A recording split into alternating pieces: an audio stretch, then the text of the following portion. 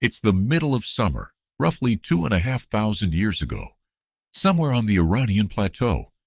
The air is shimmering, the ground is hot enough to burn bare feet, and someone just handed you a piece of ice. Not snow carried down from a mountain, not something stored from last winter. Ice made right here, in the middle of a desert, in temperatures that regularly crossed 50 degrees Celsius, with no electricity, no refrigerator, and no compressor of any kind. If someone told you this today without proof, you'd assume they were lying. This is the story of the yakhchal, the ancient Persian ice house, and it's one of the most quietly brilliant pieces of engineering in the ancient world. Not because it was complicated, because it worked with physics that most people today don't even realize exists. Let's start with the obvious problem, because it needs to be said plainly. You cannot make ice by simply leaving water outside in 50-degree heat. That should be physically impossible. Heat flows from hot to cold, not the other way around, and a container of water sitting in blazing daytime sun should do exactly one thing: get warmer. So the Persians weren't fighting the heat directly. They were exploiting a gap in it, a very specific, very narrow window most people never think to look for: the desert night. Here's the physics nobody teaches you in school. Deserts are famous for scorching days, but they're also famous for something else: brutally cold nights, sometimes dropping close to freezing even after a 50-degree afternoon. That happens because dry desert air holds almost no water vapor, and water vapor is exactly what normally traps heat near the ground after sunset. Without it, heat radiates straight up into open space, with almost nothing stopping it. A process called radiative cooling. On a clear desert night, the ground and anything exposed to open sky can actually get colder than the surrounding air, sometimes several degrees colder, because they're losing heat directly to the void of space itself. Persian engineers working as early as 400 BC during the Achaemenid Empire figured out how to weaponize that exact effect. They built shallow pools, positioned in open, wind-exposed courtyards, specifically angled to face the open night sky with nothing blocking the view upward. Water was channeled into these pools right before nightfall, often via underground aqueducts called qanats that carried water from distant mountains, cool and clean, straight into the site. Once the sun went down, that thin layer of water, exposed to a clear desert sky and constantly cooled by dry evening wind, would radiate its heat away fast enough that even though the surrounding air was still relatively mild, the water itself could drop below freezing and form a thin sheet of ice by early morning. That alone is remarkable, but a thin nighttime ice sheet on a pool means nothing if it melts by 9 in the morning under a blazing desert sun. Making ice was actually the easy part. The genuinely hard problem, the one that separates a clever trick from a functioning technology, was keeping that ice frozen through months of summer heat. And this is where the yakhchal itself comes in, the actual structure people picture when they hear the word. A massive conical dome, sometimes rising over 18 meters into the sky, built from a specialized mortar called sarouj, a mixture of sand, clay, egg whites, goat hair, ash, and lime, engineered specifically to be almost completely heat-resistant and waterproof.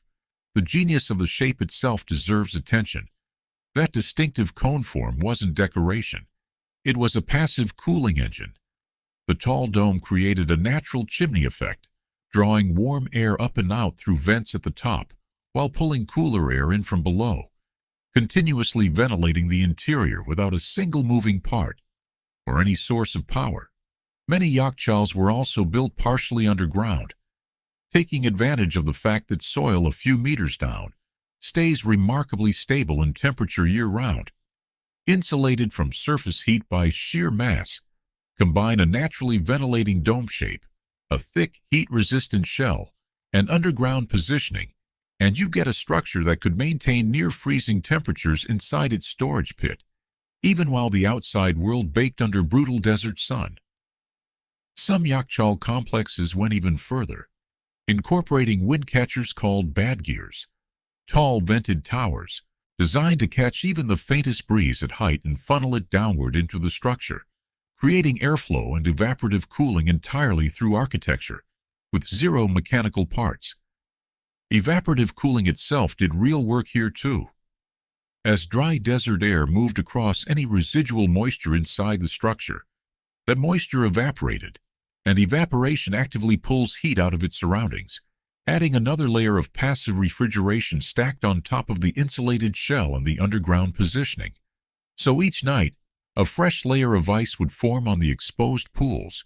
Through radiative cooling, workers would harvest that ice at dawn, before the sun could reclaim it, and carry it into the yakhchal, where the combination of thick insulated walls, passive ventilation, and underground stability kept it solid for months.